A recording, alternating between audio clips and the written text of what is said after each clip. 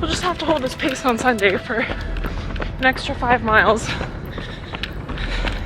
All right, good morning. Hello, welcome back to the YouTube channel. It is Wednesday when I'm recording this, but it is race week. I am racing a 10K on Sunday. Today we are going out for our final little speed session to kind of sharpen our speed and just make sure that we can, practice some paces one last time. I'm gonna share the routine with you when we get out there, but in this video, I do wanna talk about how I am prepping for this 10K race. I wanna also talk about just like my past 10K races, my progression with the 10K, how it has not looked linear, and how we're prepping for this race differently to how we prepped for last year's race, because fun fact, I ran this same race this time last year. But before we get into that, let's first go out and do this final speed session. I'm going to take you along and we are going to, take the Alpha Fly 3s out for a little speed session. So first time not wearing them for a race, but we need to make sure that everything feels good. So let's go and do that.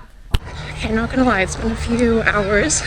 I was struggling with motivation a little bit, but we are out doing our 2-mile warm-up and we'll go into the workout. So I'm finishing the 2-mile warm-up now, and then we're gonna go into a mile tempo at 10K pace just to practice it. And then we'll have a 2-minute recovery and then 10 times 1 minute on, 1 minute off. And that'll be more geared towards 5K pace.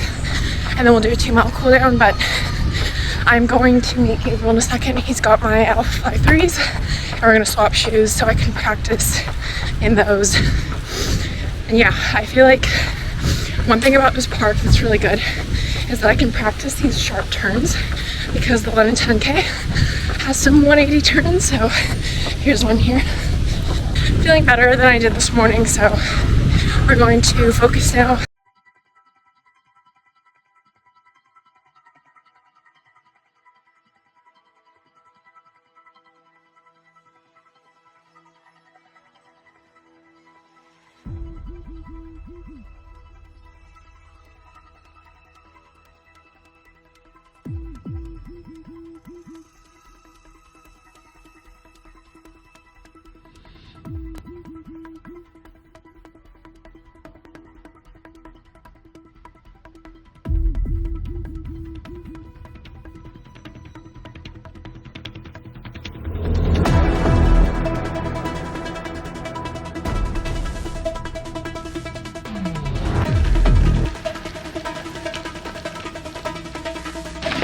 Casually jogging my 10K.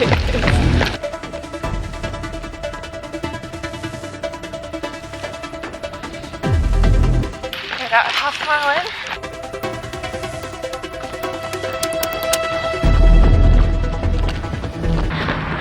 Try not to go too fast, because we still have 10 by a minute.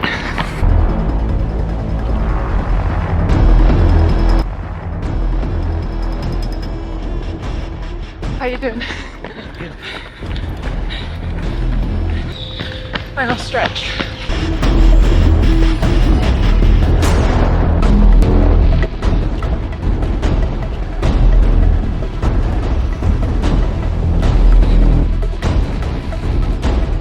So that was 7:23. I feel like that'd be good to start out at. Starting the 10K about 5 to 10 seconds slower than race pace. And building. I really want a negative split for once.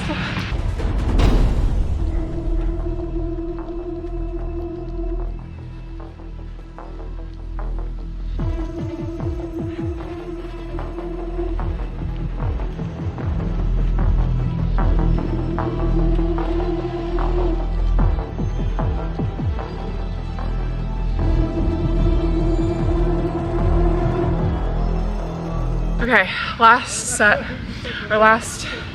rep, 10th rep was 6:31, which was good because I wanted to save all my energy for that last rep. Obviously the turns in this park can slow you down, but the course on Sunday has a lot of 180 turns, so we needed to practice that today, which I feel like we did. But yeah, solid session, and now we're gonna swap back to our normal trainers to cool down.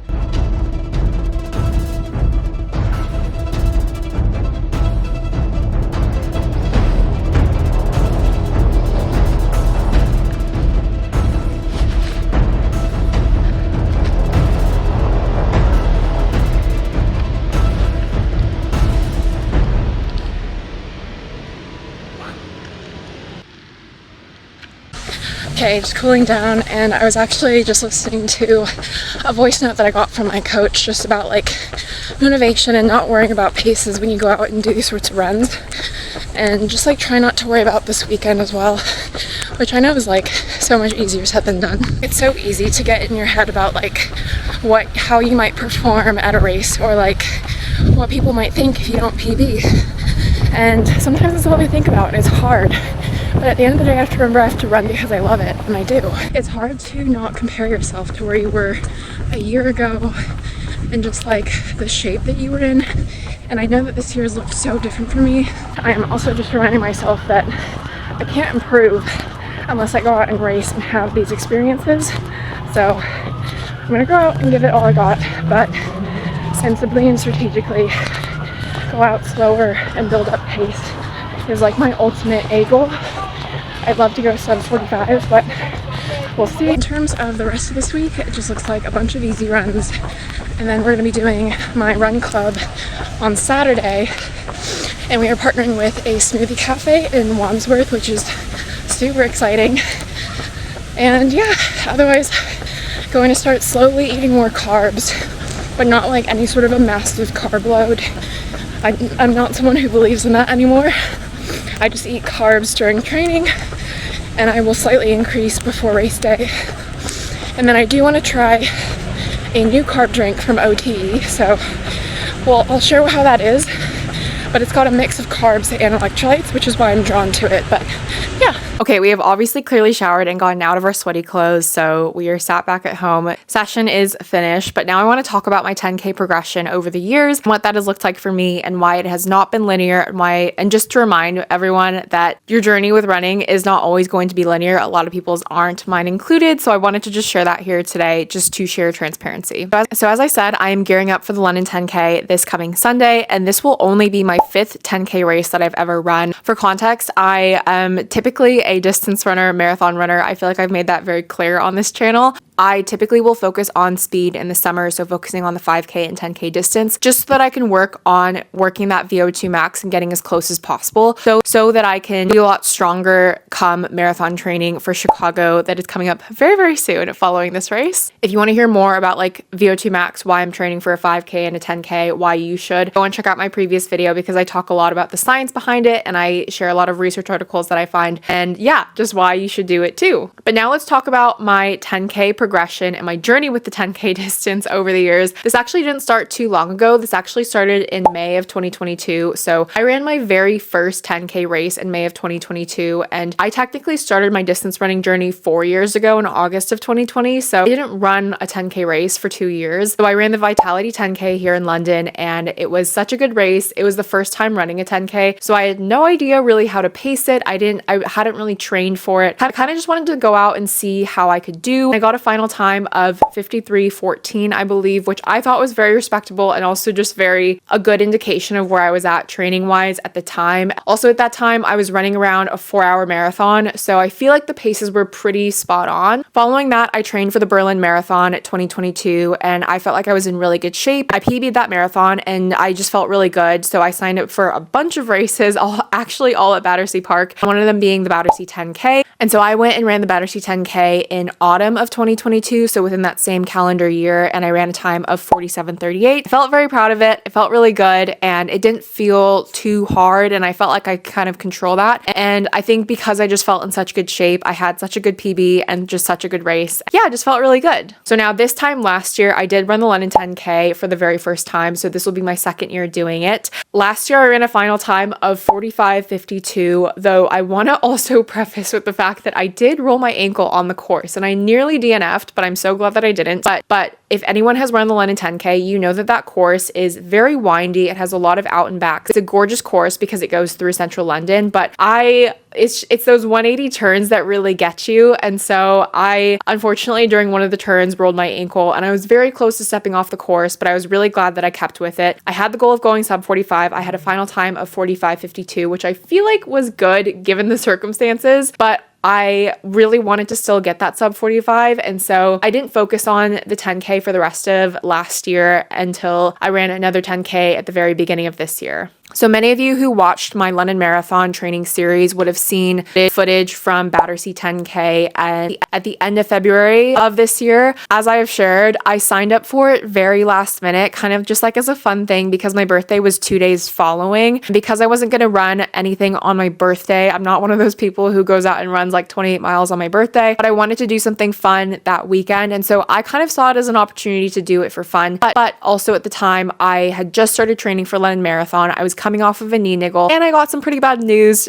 and all in that same time frame. And so I don't really know what kind of a place I was in. I was probably running about 20-25 miles max per week. And so I really wasn't doing too much training and we were kind of slowly building back up at the time. Classically, I went out way too fast. If you guys have seen the recap, then you already have heard this, but I went out way too fast and that lactate built up in my legs and I really felt that by 5K. And I was so close to stepping off the course and DNFing, but my friend Lily luckily jumped in and she helped me out, which was amazing. And she just helped me get to the finish. And that was the goal because I was just mentally not in a good place. And when you have that lactic acid buildup in your legs, it's really hard to push and get back into the pace that you were running initially. And even with you pushing with the lactic acid in your legs, like you're still running a minute slower, yet it feels a minute faster. It's a horrible feeling. I wouldn't recommend it. If you want to learn about the science behind that, I actually did a whole video on that in my previous video. So go and check that out. But yeah, I ran a final time of 47:02. So obviously not a PB and just, I don't know, I felt a little bit sad, I'd say. And that was sort of the first race of the year and the first race really in the past year where I didn't PB. And that was sort of what has started my string of races this year where I have not had a PB as of yet. I know that this is completely normal for runners not to PB every single race, but for those that have been following me for the past year or so, 2023 was an incredible year of PB after PB. And so 2024 has been a little bit of a readjustment to kind of